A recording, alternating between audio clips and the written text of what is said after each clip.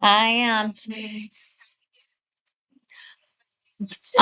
Yes, everyone, believe me, everyone in the building complains to me first, don't worry. So I would recommend nursing considerations or drug book, or when you look it up on Lippincott, like that is what you are expected to know, the nursing considerations. Yes, you do have to know what class of medications, how they work, all of that, so that you can practice as a nurse. Okay, but nursing considerations, specifics of what you're expected to do in practice will fall in that category. Okay. All right. So now we are going to talk about coagulation. Um, and we'll get started. So we learned about in patho. I'm not getting deep off into this. I am going to put a video that I feel like does a good job. I think it's 7 minutes of going over the clotting cascade, going over what is involved in that, how that happened, showing pictures, showing the different clotting factors, and it even breaks down like specifically heparin or warfarin, what part of the clotting cascade that they're impacting, and it makes sense why which lab values that you have to monitor with each of those, how those are related. So I will put that on there. I feel like that will be helpful. I was going to make us watch it in class, but y'all already aren't paying attention to me. I don't think that a video is going to be helpful. Love y'all. But so I will put the video on your additional information. Okay, just so y'all can watch it. It's 7 minutes. And I feel like the guy does a good job of saying these are the clotting factors, this is what happens, this is how these drugs affect it, this is why you're monitoring these labs. Okay. Um I'm not mad at y'all at all. Y'all have me, and Monday afternoon you had a test this morning. You're not it is what it is. And we're here. So let's carry on. All right. So when there is some sort of injury, that we have vasoconstriction, we develop that. Yay! Look at you. Love it. And then we have platelet plugs that are formed. So clots are made of platelets first, right? They have to clump together, then they attract this enzymes, they attract these the thrombin, initiate that process. Clotting factors play a role in the development of those clots. Okay, all of that is initiated, ultimately forming that fibrin mesh, which, like I said, is like the sheetrock. I have that mesh that is finding providing the support, and then the blood clots formed in normal circumstances. Then the process is to break that down, right? That's the deal. I'm not really getting any further into it than that. Know that because we have clot formation, there is a risk for what? Yeah, so there's complications from thrombosis, right? So we have a blood clot that is putting them at risk for ischemia or infarct. And then on the other side of that, if I can't make a clot, I'm going to keep on bleeding. Okay. So on both sides of the spectrum, I have clotting or embolism, or I have bleeding as a consequence. Okay. So the medications that we are going to discuss are going to affect multiple factors in that clotting process in order to prevent clots or to make the clots happen, depending on what we have going on. Okay? Everybody good with that? So before we ever even move on, what do you think that I am worried about?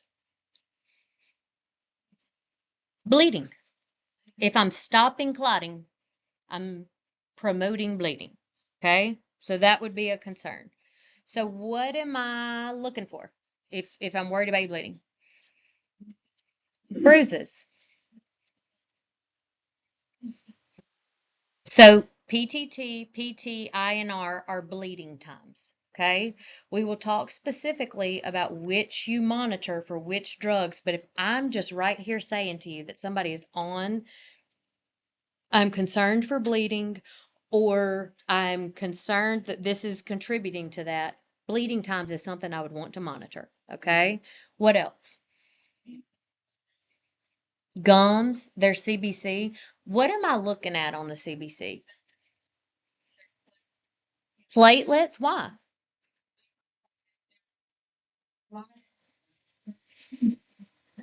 The platelets form and attract, right? So I want to know platelet count, which is telling me their ability to clot, or if there's too much, right? Their ability to clot too much. What else?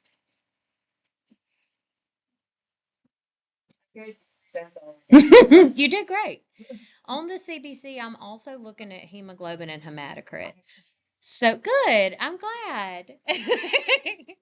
um, I didn't hear you, so sorry. But that is going to tell me if someone is bleeding and I don't see it, right? Or even if I did see it, the level of blood loss that they've had, okay, is really what you're paying attention to. Even like decisions on blood transfusions are usually made off of hemoglobin and hematocrit, okay? Of if it's decreased enough for us to treat that. What else? What else could be signs of bleeding? Petechiae, very good. What else?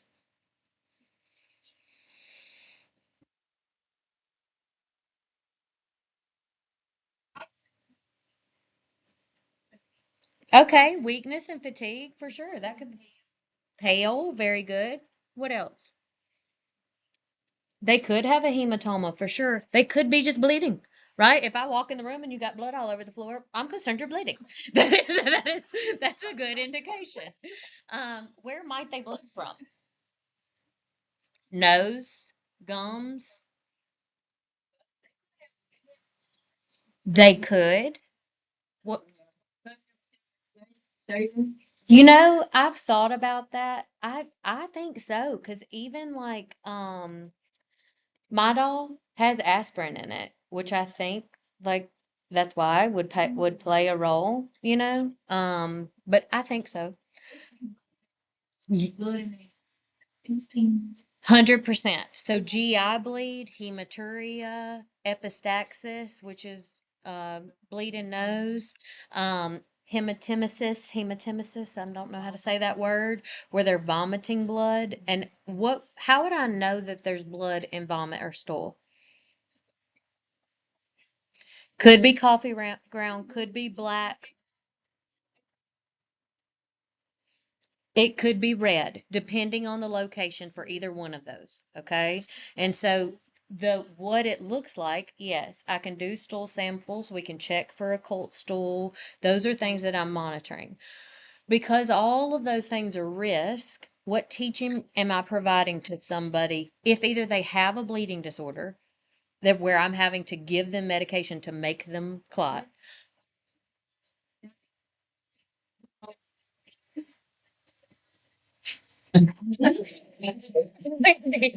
We need electric razors. So if you're prescribing me an anticoagulant and I'm an NFL football player, it I'm on the bench, correct? Okay. So so fall trauma, um, why?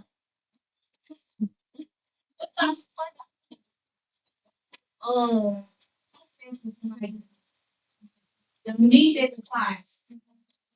leafy greens, very good. So we're monitoring all of those things. So we hadn't got into talking about the meds yet, right? But we know that if we're treating this, that those are things that I can't just give you something that's going to make you bleed and say, you good now? We don't need to worry about any clots. You are free to go. That is not the case because they can walk out that door and fall out, get hit their head, can't even think, and then they die. Okay. And we're done. And I didn't even tell them.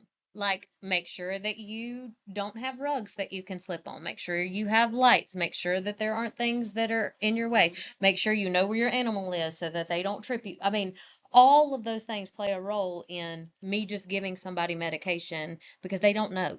They don't know that those are potential consequences. Okay. So everybody's good so far. Awesome. Okay.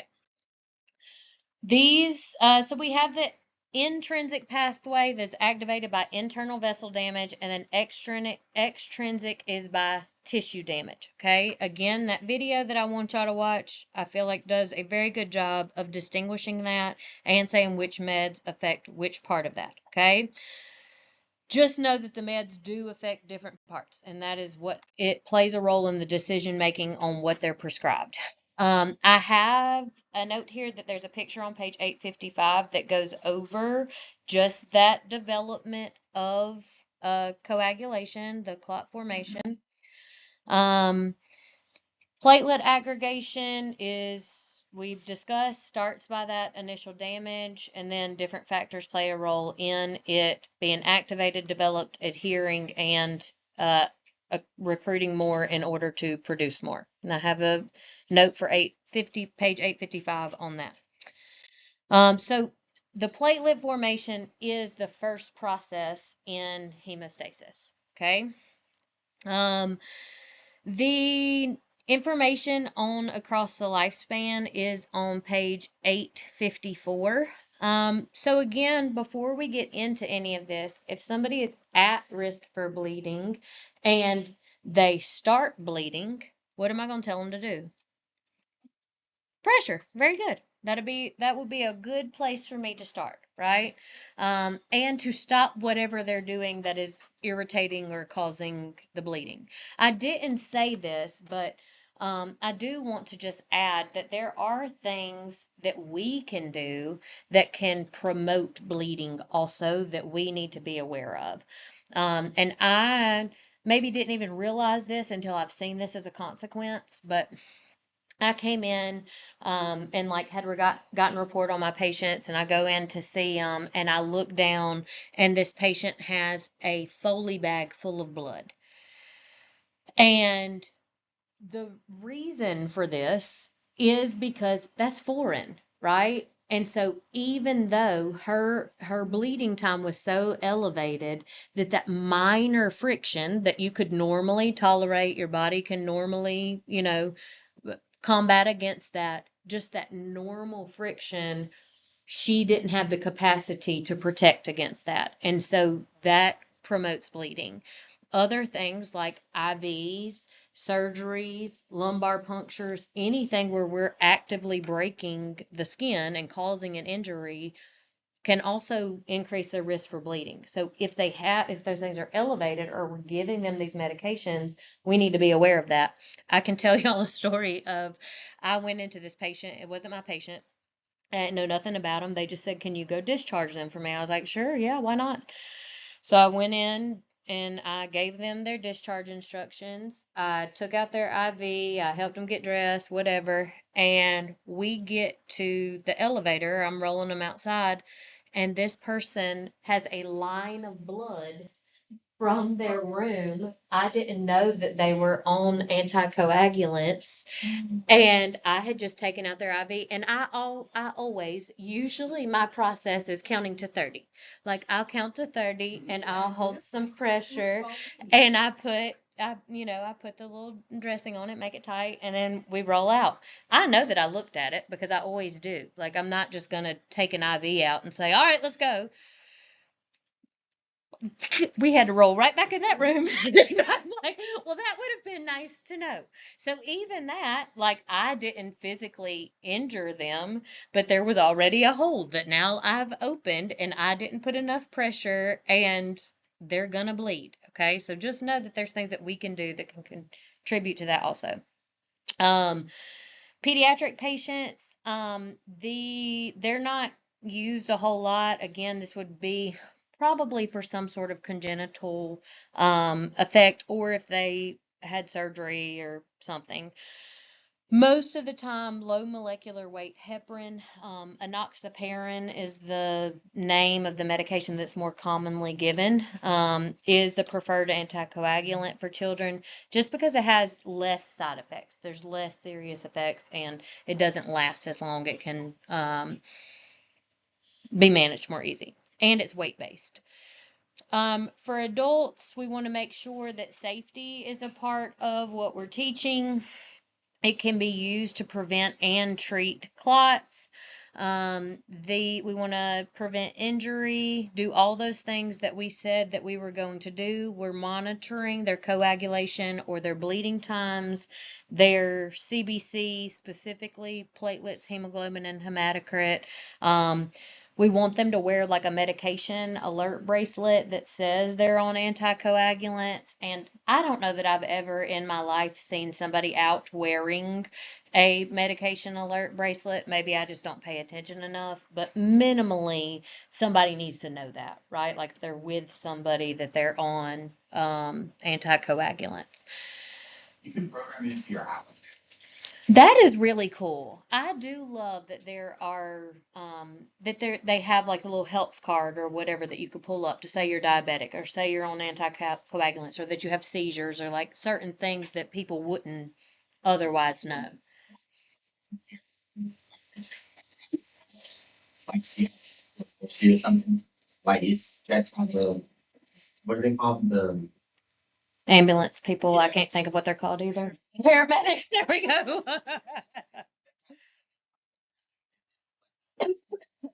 Because otherwise you're doing rule out, right? There's a lot of things I have to go to, but if I know this about you, the likelihood doesn't mean it is, but I'm probably going to start there. Like the rule out can start there of is it your blood sugar? Is it that you're bleeding? Is it whatever? Um, we have to be real careful in pregnant patients, and obviously risk versus benefit. And then it is commonly used in older patients just because they have indications for them, but there's increased risk associated with older patients, especially if they are on other medications. We've probably already talked about 20 medications that Coumadin can interfere with, either by making Coumadin less effective or more effective, or making the other drug. So very important to teach our patients of there should be a doctor that knows every medicine that you're on, and our responsibility is to do accurate med recs to make sure that we are accounting for that and not just sending them out and letting them be on 12 different blood thinners. This is what that chart looks like in your book. Let's see if there's anything else I wanted to say here. I also have a note here on page 861, box 48.2. There's some alternative or herbal type supplements that can interfere. I'm going to read these just because I don't remember if it's in this chart or not. Chamomile, chondroitin, garlic, ginkgo, grapeseed, psyllium, and turmeric. It is on, I don't think it's on this. I think it's in that box in your book. Page 861, box 48.2. Um, I'm I'm going to say I am 99% sure this isn't on your test. I'm just telling you this. I will read them to you. I'm telling you this, and I will try to, Miss Copeland and I will try to repeat these only because some people are taking these. Like, I know my grandpa, he died at 90, and he was trucking along, doing great. And he took garlic every day for like probably 20 years for heart health. And like in his mind, it's just a supplement. He's taking it for heart health. And I didn't know until I became a nurse that that could potentially cause you to be, increase your risk for bleeding. And he had AFib, which means he was on an anticoagulant, and so there was potential for him for that to have been impacted. And I don't know if he ever told a doctor that he was taking that. That's one of the things that stick out to me. And so that's just a reiteration of make sure that you're asking those things. Okay, so chamomile, chondroitin, garlic, ginkgo, grapeseed, psyllium, and turmeric. And I'll just say, like psyllium, a lot of times people take that over the counter to help them have a bowel movement. Why would you think that that's interfering with your bleeding? You know, and you may not specifically tell somebody that. Turmeric, I've taken that off and on or like use that in cooking because it's supposed to be good for inflammation. And you're not like making that connection that that could interfere with your bleeding or clotting. Okay. Right. And so specifically asking would be important as far as your role as a nurse. Um, okay, so things that are associated with thrombosis or embolism are clots. There's going to be some sort of occlusion, some sort of impairment in blood flow, meaning stopping it. Okay, there's going to be an impairment. This can be related to infection, some sort of trauma, an MI, a stroke, pulmonary embolism, or DVTs. This is associated with some sort of impairment in blood flow and oxygenation. Okay, so this could be a total loss of oxygen or just decrease. And can lead to tissue necrosis. Obviously, if that tissue is necrotic, it's not working the way that it's supposed to. So if that's my brain or my heart or my foot, whatever it is, it's not working the way that it's supposed to because it's not getting circulated. Okay. And if it's my brain or my heart, the rest of my body is going to be impacted. So we treat clotting disorders with antiplatelets, anticoagulants, or thrombolytics. Okay. I watched a video on this and I can't remember exactly the terminology they use, but hopefully it'll make some sense. An antiplatelet, you think of that like a water gun. An anticoagulant, you think of that like a bazooka. A thrombolytic, you think of that as an atomic bomb. Okay, so like the severity in which the impact that they're going to have. Okay, and it is important to understand that of what when they're indicated and reserving them for times when it is more serious if you're given those more serious drugs because there's more consequences to them. Okay. On the other side of that, we have hemorrhagic or bleeding disorders. Okay, so this is where clotting is not happening. There's too much bleeding occurring. Okay, things associated with that: hemophilia, von Willebrand disease, thrombocytopenia, vitamin K deficiency, or liver disease. Those are less common, but those are also life-threatening. Okay, so can be very, very serious. Treatment for that includes clotting factors, where we're just supplementing the missing clotting factors, things that promote coagulation, or blood transfusions or blood component transfusions. What I will say about that, the teaching as far as risk for bleeding will be similar, right? But if I'm giving somebody clotting factors, now what are they at risk for? Clots, right? So they're going to be at risk for the opposite. So teaching them to to report leg pain, some sort of swelling or difficulty breathing or stroke symptoms, those things will also be important. Okay. Um, I felt like I was going to say something about that, and now I cannot recall. Thromboembolic disorders, like this.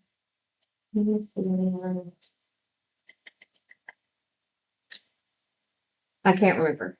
So specifically, I will just say before we move on, things that we will diagnose here are going to be bleeding times, going to be CTs, MRIs, heart caths. Those will be identifying clots, platelet count. Over here, I'm also going to monitor bleeding times. I'm monitoring H&H to see if they're losing blood. Um, monitoring platelet count, but if it's a specific clotting factor that is affected, we're also monitoring that. Okay, so we're monitoring what clotting factor is affected, and then that's what we're replacing. Okay. Um, so two opposite ends of the spectrum here. All right, so first we're going to start with drugs that affect clots. Okay, so that includes antiplatelets, which stop the platelet aggregation and the formation of that platelet plug. So it stops those initial stages. It stops it at the beginning. Things in that category include aspirin, and then I put ASA off here in the parentheses. That is often how you will see that abbreviated. So if you see ASA, aspirin is what that's referring to, okay? Clopidogrel or Plavix, and then ticagrelor or Brilinta are antiplatelets. Anticoagulants, these interfere with some part of that clotting cascade and the formation of thrombin. And they are going to prevent worsening, basically, of existing clots or the formation of them. So examples of that are heparin, warfarin, and then direct oral anticoagulants. And I'll tell you what some of those are when we go over those specifically. And then the thrombolytics, these are actually breaking down the clot. Another name for these are clot busters is often how those are referred to. Okay, so if somebody has a clot, like let's say somebody has a pulmonary embolism or they have a DVT, and they are treating them with heparin and warfarin, let's just say, is that breaking that clot up? No, what is it doing? It's not allowing it to get any bigger. It's allowing that blood to flow around it so that it can function the way that it's supposed to. And our body has the natural process to dissolve clots, right? So it's allowing for that to happen. It is just allowing enough blood to flow on by, not get any worse until our body can dissolve the clot. Okay? The thrombolytics break that clot up. That's great if there's complete blockage or there's some sort of emergent issue. Common times that I am aware of when a thrombolytic is used is with a stroke.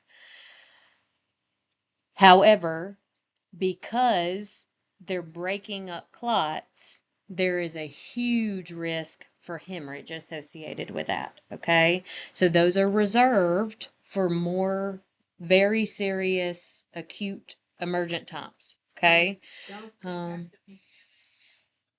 yes, about 3 to 4.5 hours is the time from the onset of symptoms, and so there is a limited window of when those are effective. And the drugs that fall into that category often end in that place. Okay. And again, they work a little different, but their goal is to affect clots and emboli. TPA um, falls in that category, the thrombolytics, yes. And I'm trying to think of what it stands for. Tissue something activator. Plasma, maybe. Um, it's not perfusion. I had that note, and when all of my things deleted, I don't have it any longer. So again, the things that first thing that we're going to talk about are the antiplatelets. This is stopping those platelets from clumping together, okay, and forming that platelet plug, which then leads to the clots, which clog the arteries. Okay, so we're stopping that first little phase. And usually these medications are used for prophylaxis or prevention. This isn't, they actively have a clot and I'm treating them with this. Okay. They are at risk. We've identified that they could develop this, and so these are used for prevention. The more common medications that you're going to see in this category are aspirin, clopidogrel, and that ticagrelor or Brilinta. These can prevent MIs. If someone has some sort of venous or arterial graft, they may take this in order to prevent accumulation of clots around that or platelets around that. Prevent CVA or an MI after they've had one, or if they've had TIAs and they're at risk. And also can be used for peripheral artery disease or to improve claudication. Y'all remember what claudication is? That pain when walking from that vasoconstriction, just the narrowing can cause that. Very good. And so this can reduce the risk for strokes if somebody has some sort of risk factors. I have a note here that starting on page 858 is going over antiplatelets, and table 848.1 goes over the drugs in this chapter. And I think that's all of the categories. The drug selection is going to be dependent on why they're prescribing it. The cost does play a role in if it's covered by their insurance, what other conditions they have that put them at risk, and like the severity or how much prevention they need, basically, or how much risk they have, how they're tolerating adverse effects, and then how these have to be administered. So obviously, if me taking a baby aspirin once a day is going to be a whole lot less daunting and a lot more likely for me to be compliant than me giving myself a sub-Q injections 3 times a day. Okay. Not that that's an alternative, but just saying administration can play a role in that. Now, if you know, on the other side of that, I am a kind of person who is never going to take a medication every day, and not because any other reason that I'm going to forget. It may be better indicated for somebody to get an injection once every 2 weeks. That's easier to remember than taking something every day. Okay. So it really just depends on the person, how they're tolerating it, what's going on. Obviously, allergy is a contraindication. So bleeding risk are going to be huge concerns with these medications because they're stopping that first part of them being able to make a clot. If they have had a recent surgery, it's going to increase their risk for bleeding because they have an open area. Um, they have potential for closed head injuries, which could lead to intracranial hemorrhage. And we want to make sure that we are only using these with pregnancy or lactation if absolutely necessary. So if a pregnant person has had an MI or a stroke, then they may have to. Okay. But risk versus benefit will be made on, considerations will be made on an individual basis.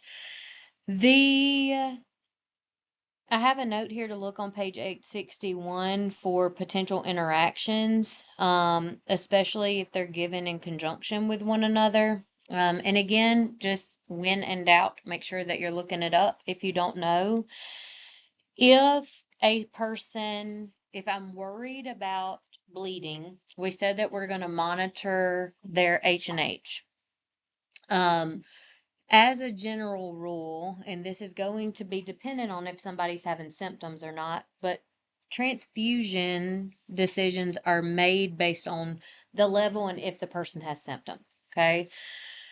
So a hemoglobin of 7 is something that you would typically expect that you're going to be transfusing somebody if they have a hemoglobin that low. So if somebody is on aspirin, Plavix, and their hemoglobin is 7, we may be concerned and not want to administer this medication to them. Okay, so we want to hold the medication, let the doctor know. And then if this is an antiplatelet, what else do you think I want to monitor? Platelets. Good job. So normal platelet levels are 150 to 400,000, and it really depends on where you work and what scale you're using, but that's the scale that we're going to use, okay? So 150,000 to 400,000, and you might hear that just said at like 150 to 400. Those are saying the same thing, okay? Um, so that's normal. So if I'm giving somebody antiplatelets, what would I be concerned about? Too low. So they may drop, right? I would say if they're lower than normal, I still would want the doctor to know. That would be something, but we not aren't necessarily going to hold it because I'm stopping it, right? Um, I would say near normal is where I want to be. If it's less than 75 or 75,000, I'm concerned. I'm concerned that is really low. If it's less than 50, I'm scared these people are going to bleed out and die. Okay? So as you're making decisions and if their platelets are less than 75, I'm holding that and I'm not, I want to question the order and notify the provider. Okay. And sometimes people are on multiple medications. They might even be on Plavix and aspirin. I would say that that's a higher concern because both of those are working in the same way, right? That's like extra stopping platelets. And so monitoring platelet count will be very important, but I also am probably going to ask, like, do you know that they're on aspirin and Plavix? And if they say yes, and the person's not bleeding and their platelet count is fine, that might be okay. Maybe it's indicated, but I would say question that because they're working in the same way. Okay.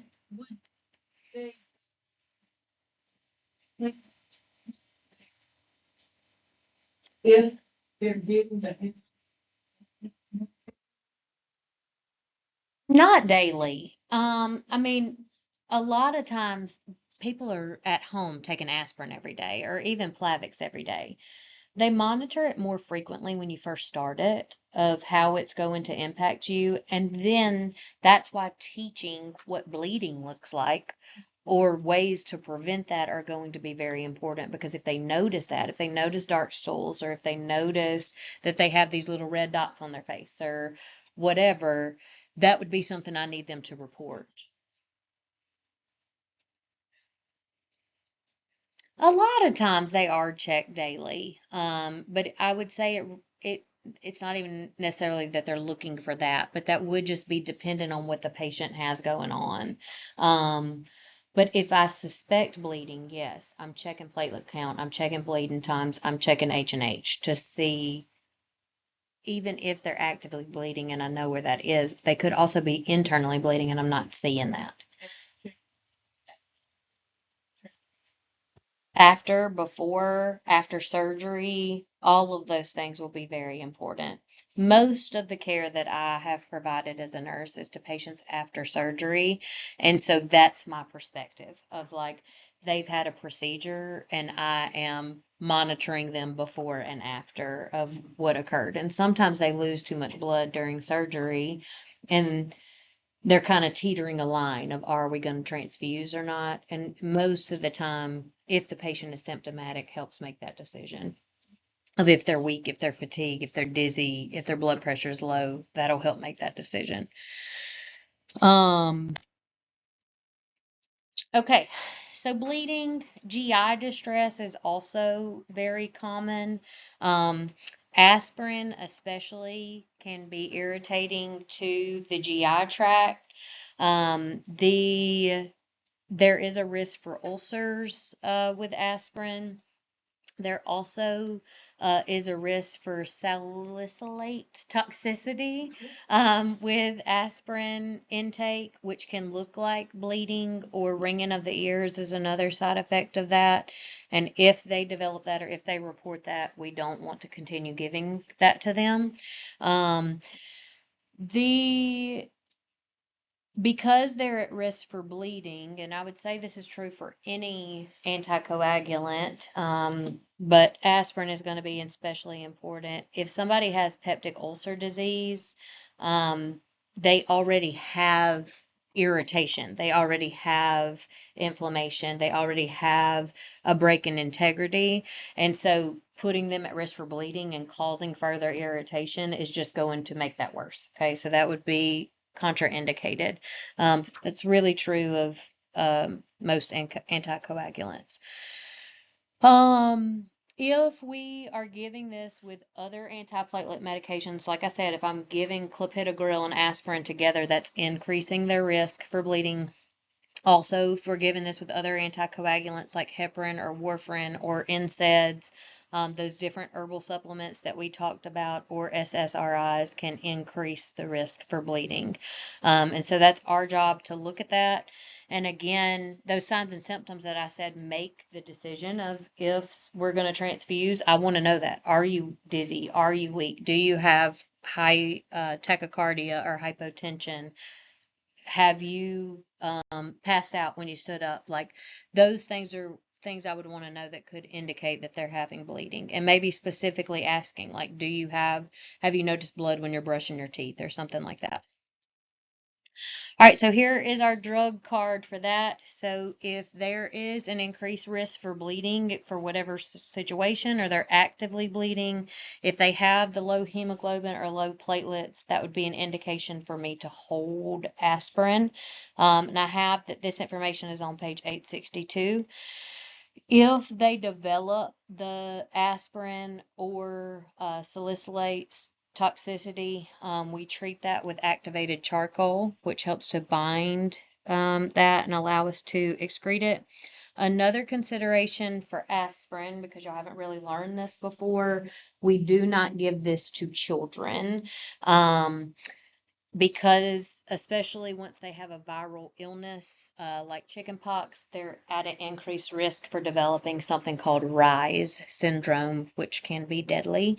Um, and on this note, I wanted to add that if somebody has a bleeding disorder or if they're on an anticoagulant, it would be very important for me to tell them that they don't need to take aspirin for pain, right? Because that's another indication for it. So aspirin and NSAIDs can increase the risk for that. So what would I tell them to take? Tylenol. That's right. Acetaminophen would be a better choice because that's not an NSAID and not aspirin. Okay. Um, this just goes over, I thought that this did a good job of saying like when maybe you're taking the different doses. So a baby aspirin is more likely to be indicated to treat or like to prevent for certain situations when it's just a mild risk or a moderate risk, I would say. If they expect that if they have a clot or they're at a very high risk, and normally we would treat them with heparin or Coumadin and they're unable to tolerate that, we may give a full dose of aspirin. Because it is GI sensitive, I don't think I've said this before, but that higher dose is enteric coated in order to prevent the irritation to the stomach lining. Okay, it's just for protection. So times when we would hold that are indicated here. The higher dose time when we may give this is AFib. And then this is a part of if somebody presents with chest pain and we suspect a MI, aspirin is part of the indication of something we give them, and just to help make sure that there is blood flow or not worsening. We also give stroke symptoms. Like if people have a are at risk for stroke, they'll tell them to take an aspirin before they get there. Why would that be concerning if they took an aspirin?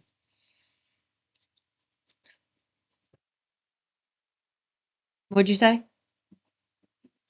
Okay. It can cause bleeding, so why would that be a concern if somebody has stroke symptoms?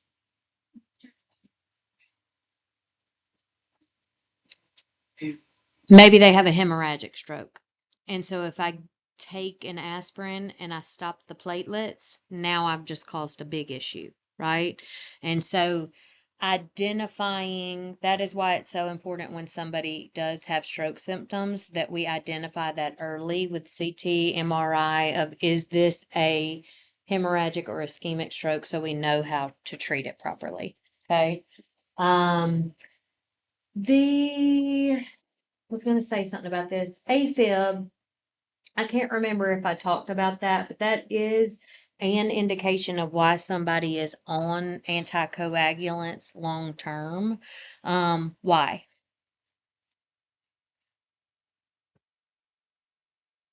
Causes what? Okay. How would it cause a stroke?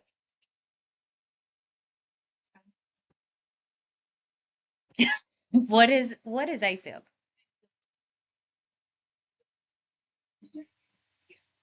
It's an arrhythmia, right? So my heart isn't contracting the way that it's supposed to. So because it's not doing that, instead of it contracting, releasing, and what's happening as I'm contracting, releasing? What's supposed to happen? Blood is moving, right? It's staying, it's moving, it's staying, it's moving. It's supposed to be flowing, right? If you stop that, like in AFib, where it starts hesitating and it's not pumping the way that it's supposed to, what am I at risk for? Clotting. It's not moving. It gets stagnant. It's pooling. And so because of that, I'm at risk for a clot. So then what happens? It develops the clot because it was stagnant and then it pumps. And as it pumps out, it just gave me a stroke, right? That clot got sent out and now I have a stroke. So that's how I would describe it. Um, bless you. And so those anticoagulants are used because they are at risk. It's not treating the AFib. It's not stopping that abnormal rhythm. But because they have that abnormal rhythm and they are at risk for clots because of that, this is preventing the clot formation so that they don't develop MI, stroke, whatever. Does that make sense? Okay. And that's true for aspirin or other anticoagulants. All right, clopidogrel, this also falls in that antiplatelet category. Um, just my opinion on this is kind of a step up from aspirin. Like if they're at a bigger risk, they'll be on aspirin. They'll be on Plavix commonly because like if they have something placed, if they have like some sort of artificial something, they may be on this. So if they have stents, if they have some sort of history of clots, might be an indication. I'm still monitoring stools, monitoring bleeding precautions. Um, this is especially important, and I kind of put these on here even just to remind myself. If I know that a person is at risk for bleeding, do I want them to go to surgery? No, because they're gonna bleed out. Because we're not just magically, my body's not gonna say, "Oh, this is surgery. Now I can clot."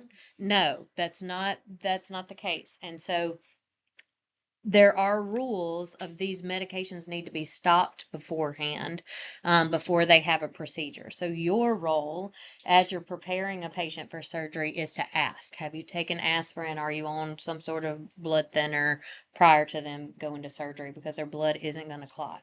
Um, so we will hold them prior to surgery and having surgery puts them at risk for clots. So we just have to know that after surgery, they're going to be at an even bigger risk of developing a clot because we've stopped that medication and now we added profuse inflammation and just that platelet aggregation, that clotting process as a result of injury from surgery. So very important before and after. All right, what is the effect of an antiplatelet drug? B, we're altering that formation of the platelet plug. Very good.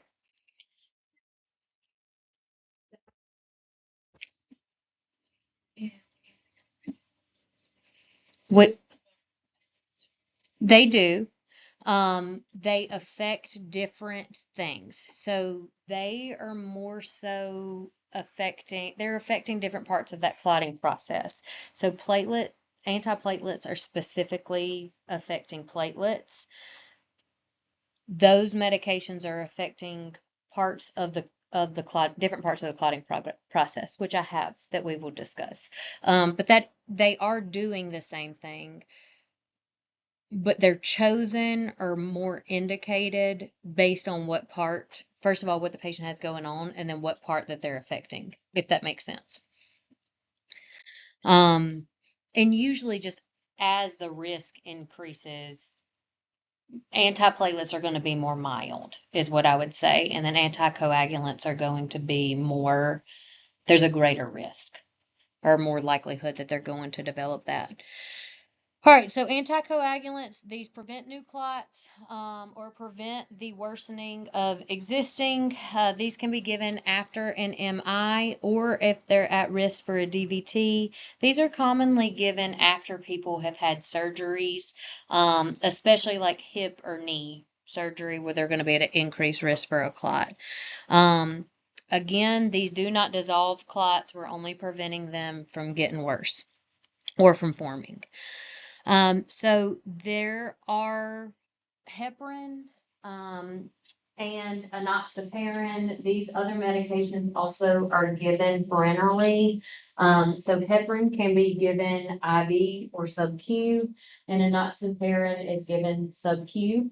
These, you can kind of think about these together. I'll talk about the difference of them, but enoxaparin, as I said, is a low molecular weight heparin. So just think of it as heparin that isn't as strong and is has less side effects or less potential for severe side effects. Okay.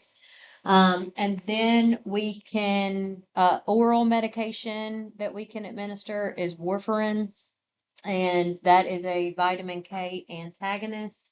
And then there are direct oral anticoagulants, which include these medications. These two are the more common ones that I've seen administered, rivaroxaban or apixaban. This medication is Xarelto is the other name for this, and then this is Eliquis. And then enoxaparin, the other name for that is Lovenox, and then Coumadin is the other name for warfarin. So just depending on the indication, on how likely the patient is to follow up and have like labs or be evaluated will help make that decision if they're in the hospital or if they're going home will play a role in what decision they make on which one of these that they prescribe. All right. So these interfere with that clotting cascade and the development of thrombin. They can be used to prevent DVT, PE, stroke in AFib. They can be used to treat an active thrombus or thrombi or an emboli. And again, they're not breaking it up. They're just allowing the body to naturally get rid of it, okay, and prevent it from cutting off blood supply in the meantime. These are often given for patients who've had MI or had some sort of valve replacement just because they're at an increased risk. Most of the time, people are on heparin when they're in the hospital because it has to be injected. So it's given either IV or sub-Q. And so they will be on some sort of oral anticoagulant before they leave the hospital. So they'll receive the heparin while they're in the hospital and then go home on an oral anticoagulant. Um, the Trying to see if I want to say any of this specifically. Other indications for heparin, when people have like central lines, ports, things like that, where they're longer, more permanent tubes, they have like catheters that are in more long term. They can use heparin basically just in the line in order to clear clots out of that because that is something that can occur. And that can keep it free from clots as well. So that is another indication for that. Um, Most of the time in patients who've had surgery or they're just on bed rest or in the hospital for some sort of procedure or reason, Lovenox is what will be prescribed to them. And y'all, I'm certain that y'all will see that when y'all go to the hospital, even the first day. And then warfarin does cause a decreased production of vitamin K clotting factors in the liver. The warfarin takes a longer time for it to set in. So usually it takes like 3 days for it to go into effect. And it lasts longer also. So because of that, if I have a PE right now, do I want you to give me warfarin? No, because I would prefer not have to wait 3 days for that to go away, right? And so a lot of times what they'll do, because they're going to send them home, right? You can't live at the hospital, is if somebody has an active clot and they're treating it with heparin, if somebody has a PE or a DVT, most of the time they're going to be on a heparin drip, which means it is going continuously, and then they will very closely reevaluate their bleeding times, and then they will make decisions on the dose based off of that. And it's constantly going in. Versus if I'm using this for prevention, they may give you an injection and then 6 hours, 12 hours, tomorrow, whatever, give you another one. Okay. So the way that these are administered are different. But if somebody has an active clot and the goal is for them to go home, they'll start them on heparin and at the same time start warfarin because it's going to take longer for it to go into effect. And then as we're monitoring their bleeding times and it has taken effect, we can stop the heparin and then the warfarin will continue, if that makes sense. Um, the heparin does start to work immediately, so obviously there's going to be a huge risk for bleeding. But because of that, it's also not going to last as long. Versus this will also be very important for me knowing it took a long time for it to start, but it also takes a long time for it to go away. So I can't just not take it today and then have surgery tomorrow because I'm going to bleed. Okay. Um, the Low molecular weight heparins, those do last longer. And so they can just be given like once or twice a day, just dependent on the patient. And those have less side effects and are um, weight based. I don't know if I said that. The If people have some sort of liver or kidney disease, we need to be careful and just monitor those bleeding times more cautiously, as well as monitor for bleeding specifically. Knowing again that if patients are taking this and they're having surgery or having a Foley or having some sort of procedure that they're going to be at risk for bleeding. These are contraindicated if people have bleeding disorders, peptic ulcer disease, or GI ulcers. If they have something inserted like an IUD or a Foley, if they have a recent surgery, that could put them at risk for bleeding again because it just hasn't healed the way that it's supposed to. And warfarin is contraindicated in pregnancy. It is teratogenic. The only time when that would be indicated is if they have an artificial heart valve, but that still could cause issues with the baby. Some of these do have black box warnings for lumbar punctures. Uh, and then I think I did say this before, but heparin and enoxaparin are going to be preferred in pregnant patients. I think that's it. Okay. So these do put patients at risk for bleeding. So we're monitoring all of those same things. This could be just simple or it could be severe, just depending on how much it is over. For heparin specifically, they can develop something called heparin-induced thrombocytopenia. Um, and that is similar. I think we talked about that in patho briefly, but it's kind of like a mild DIC. So they have the bleeding, but they also have clotting. Because it's caused the bleeding, their body responds by increasing clots. Okay. And petechiae can be an indication of that. These also can interfere with other medications that cause bleeding, including those herbs and supplements that I mentioned. Warfarin especially is going to be important to maintain consistent intake of vitamin K because that's how it works. And I have a list of what all that consists of, which might be helpful for you to be able to use it. And then again, some seizure medications, antifungals, and antibiotics can play a role.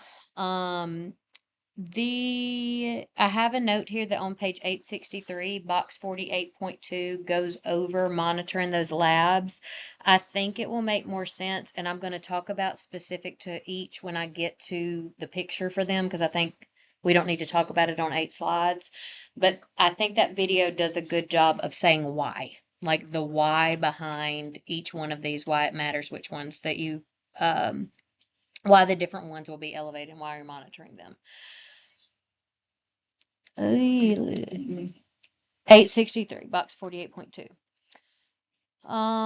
If somebody takes in too much warfarin, we will give them vitamin K. But just like warfarin, it takes a longer time for that to act. So it has to go through the body's normal process. That's not an immediate response, but that is considered the antidote for that. We also may give plasma or whole blood. If somebody has too much heparin, like what am I worried about with administering heparin?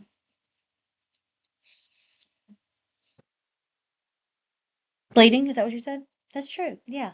So if I notice bleeding and I am administering heparin to somebody or administering warfarin, we're monitoring their PTT. I'm assessing them for bleeding, and then we can notify the provider, administer the antidote. Okay. So for heparin, the antidote is protamine sulfate. Now, I do have this on some other slides.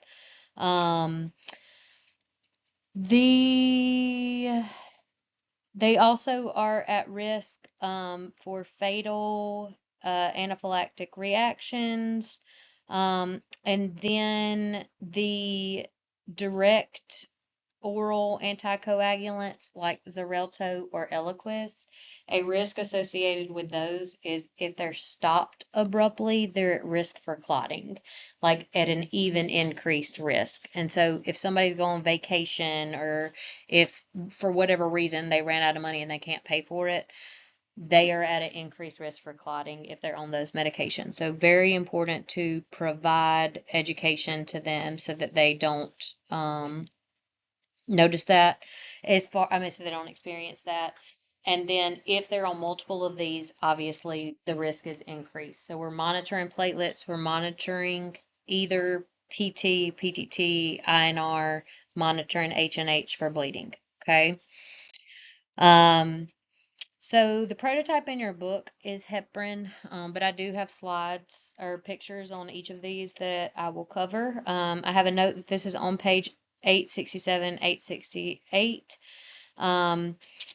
For enoxaparin, that is the low molecular weight heparin. Well, any of these, for heparin, even though it's sub-Q, we give these in the abdomen, okay? And Lovenox is the same way. Make sure that you're giving that in the abdomen.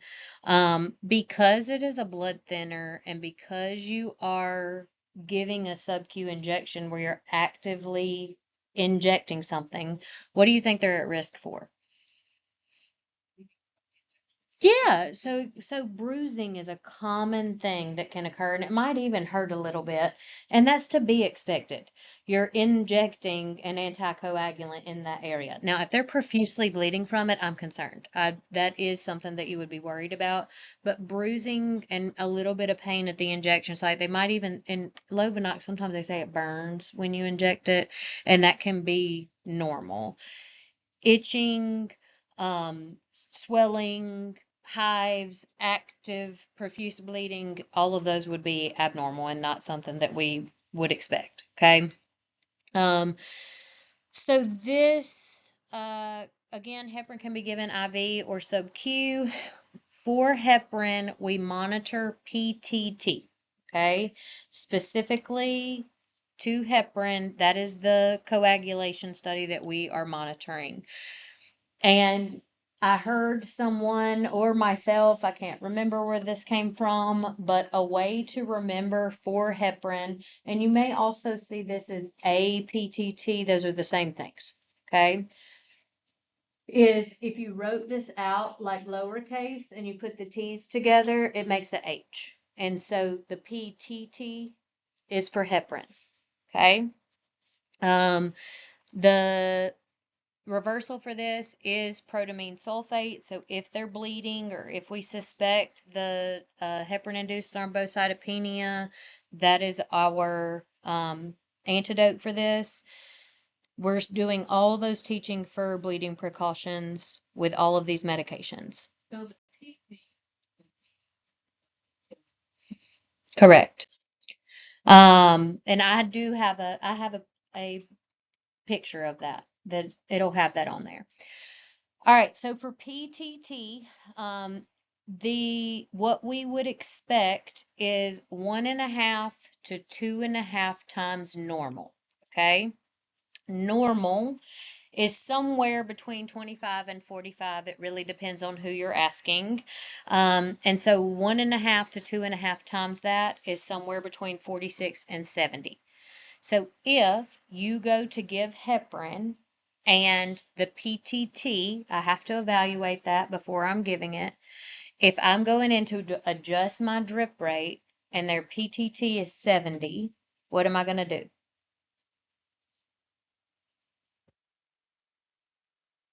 I ain't giving it, right? I'm not going to stop. I'm going to stop giving it. And these do work quickly. And so usually the way that works, and if you're given a heparin drip, there's specific parameters of like if it is 85, if the PTT is 85, I'm going to stop it for 2 hours and then we redraw the PTT. And then based off of that, I make decisions on what I'm going to do. But if it is above that level, then I'm not going to continue to give it to them. Okay. The dose is weight based, so we make decisions off of that. So having an accurate weight and make sure that we're assessing them the same way under the same conditions each day would be important. Um, so these are preventing, we're using these if a patient has an active blood clot or a PE or stroke, or if they have AFib, or if they've had certain surgeries where they're at a high risk. What is my antidote for heparin?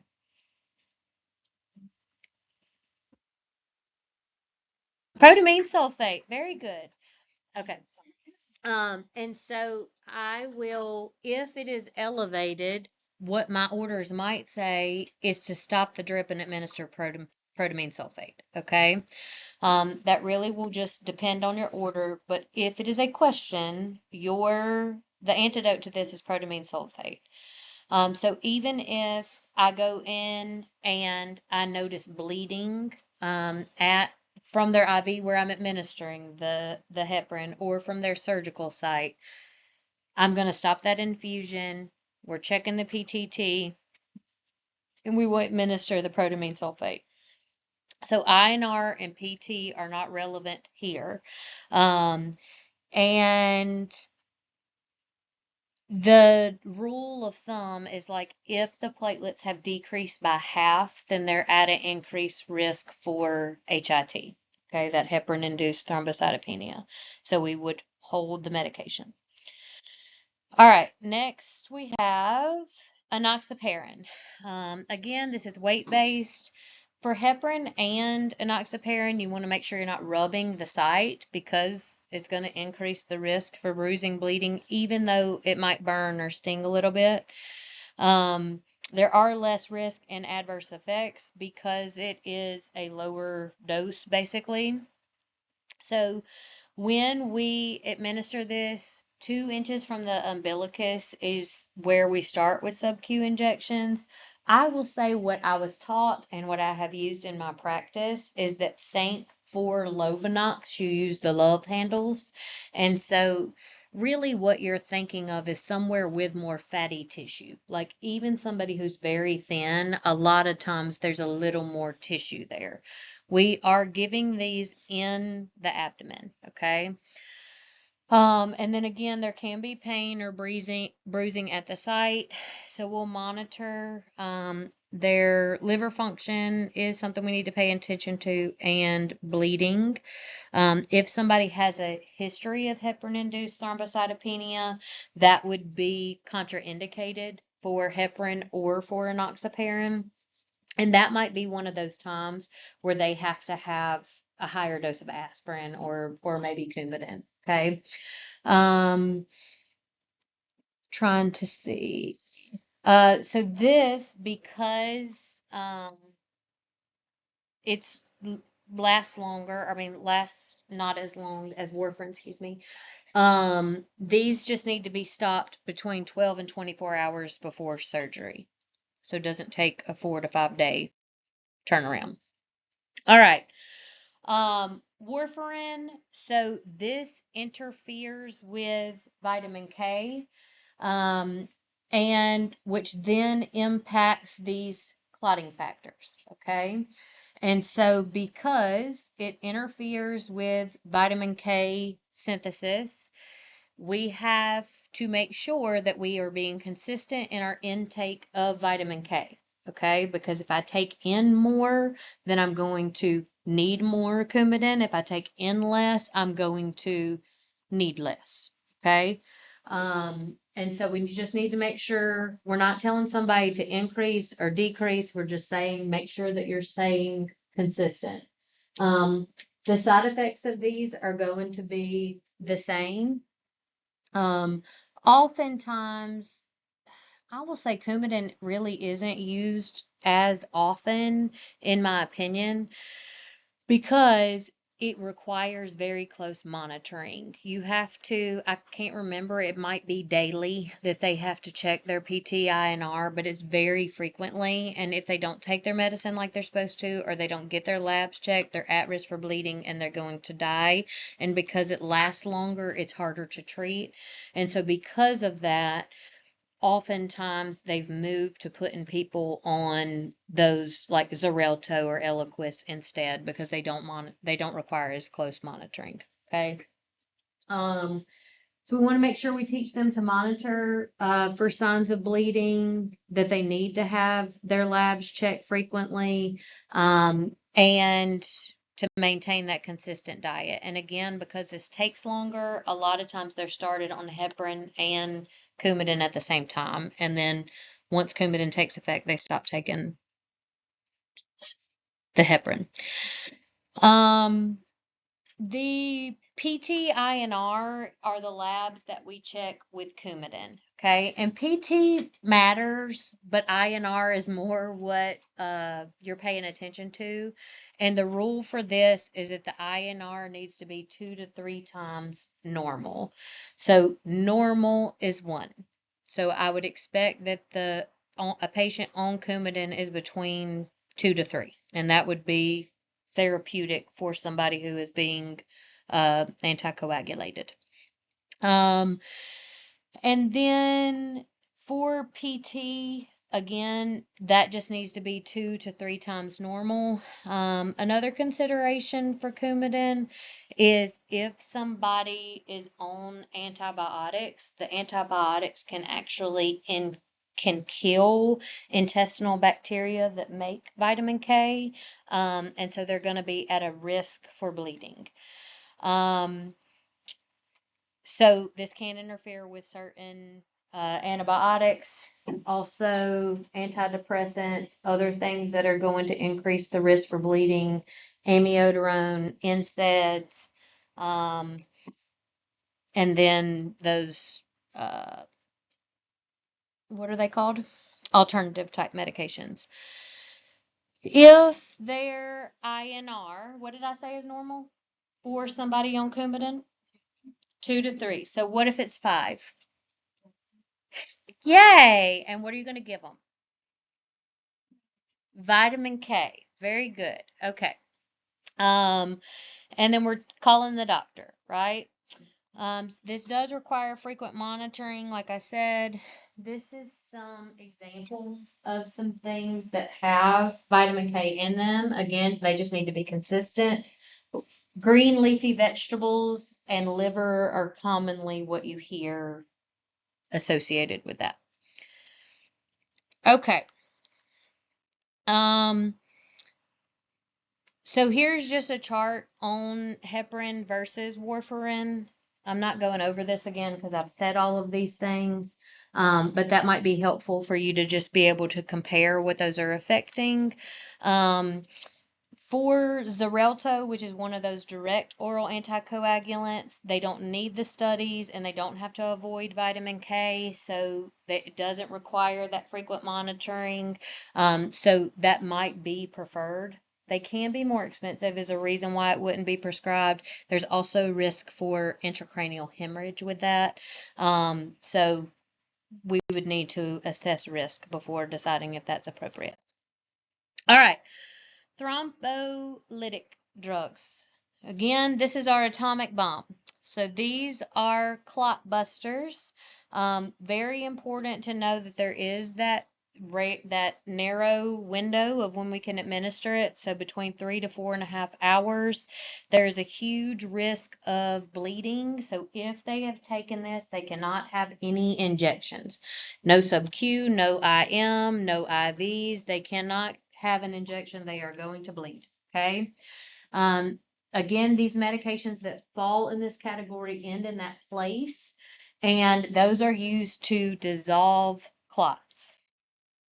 Oh, wait, if they only have 4 to 6 hours, but you can't give an injection, how do you give it? 3 to 4.5. They already have the IV. They would need that. I'm not sticking them with anything afterwards. Yes. And they might even be at risk for bleeding out of it. I would say probably.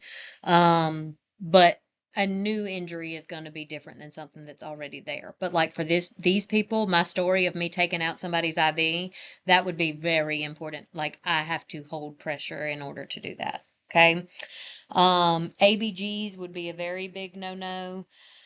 We also are only supposed to give these in peripheral IVs and not a central line. And the rationale for that is that you're able to compress a peripheral IV. I don't have experience with that, so I can't say, but that is what I read. So times when we would give these, the MIPs, ischemic stroke, or they have some sort of clot in a prosthetic heart valve or a stent. So this is very emergent, very short term. This is interfering with plasmin, okay? And so it is actually degrading that fibrin and allowing for circulation to improve. And again, this is between 3 to 4.5 hours when we can administer this. Huge, huge, huge risk for bleeding.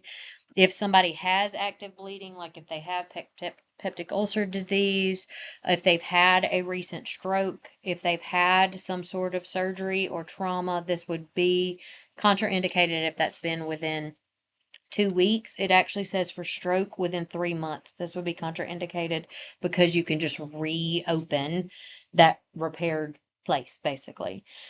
Um, the other contraindications, if they have an aneurysm or severe uncontrolled high blood pressure of one greater than 180 over 110. Most of the time, like a PE or a stroke is commonly when they are given if they don't think that it can be addressed by surgery or other. Stroke is probably most common. Or other anticoagulants, like it is like I need it to happen right now. If there's complete occlusion, if that makes sense. But I would say stroke and PE is probably the most common. MI also. Um, so bleeding, intracranial hemorrhage, GI bleed. We're monitoring their H&H, monitoring for changes in their mental or neurological status, monitoring EKG or a heart monitor, and monitoring their vital signs will be very important. They could develop an allergy, so we're looking for signs and symptoms of anaphylaxis. So out to place is our prototype. I have a note that this is on 869 or 870. Again, we're avoiding injections, looking for those signs and symptoms of bleeding. If they have some sort of invasive procedures, we need to make sure they're not rubbing any sites where they had some sort of injection, and using pressure dressings if if necessary. What is an advantage of low molecular weight heparin? D, very good. You did great, Aaron. That is right. It is for kids. Because it has fewer systemic effects. Yay. You did great. Okay. So other things specifically, there are reversal agents, so specific to those drugs. We talked about protamine sulfate, we talked about vitamin K, and then prothrombin complex can give like immediate clotting factors, just supplemental clotting factors if there is some sort of emergency. So do need to be aware of antidotes. Moving on to pentoxifylline. This is a xanthine like caffeine and theophylline. This decreases platelet aggregation and fibrinogen in the blood, decreases the development of blood clots, and improves blood flow through damaged or narrowed arteries. This medication is used to treat intermittent claudication. It can have stimulatory cardiovascular effects, can cause headache, dizziness, nausea, and upset stomach. Okay, bleeding disorders. And I got to be quick. Okay, hemophilia. These are inherited type disorders that affect those different clotting factors that put them at risk for bleeding. Other things that can cause bleeding disorders or cause risk for bleeding are liver disease, because clotting factors are made in the liver. So if they have cirrhosis, hepatitis, alcoholism, or they may present with an elevated PT or INR. Or for bone marrow disorders, because our red blood cells, our platelets are made in our bone marrow, that could be a risk.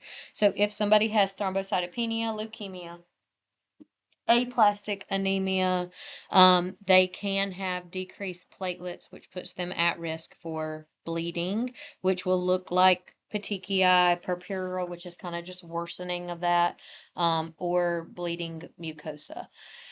So we treat these with antihemophilic or hemostatic agents, and I have a note that is on page 871.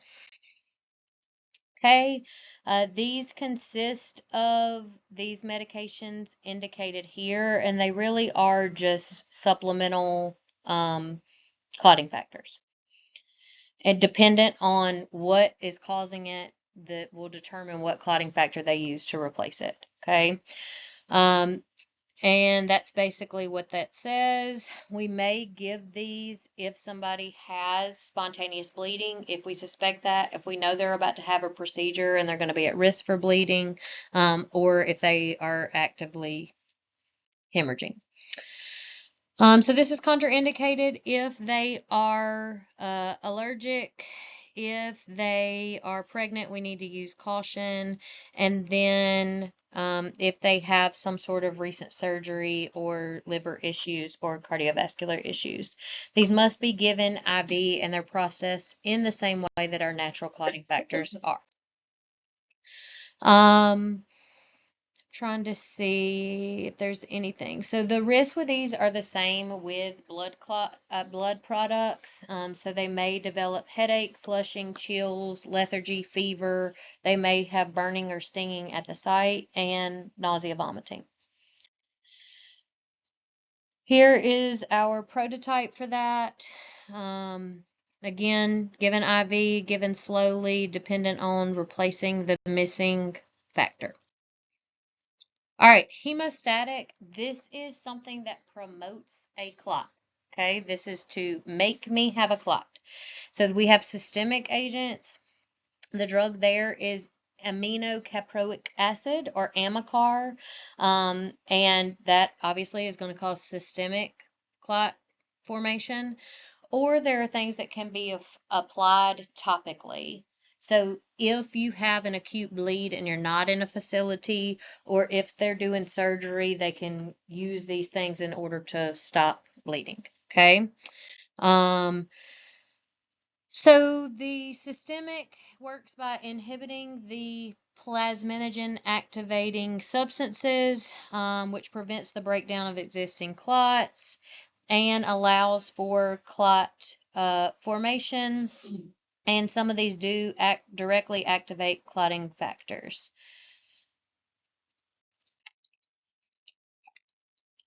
The systemic can be given oral or IV. It does occur rapidly. They are given, you take 10 tablets in the first hour and then around the clock.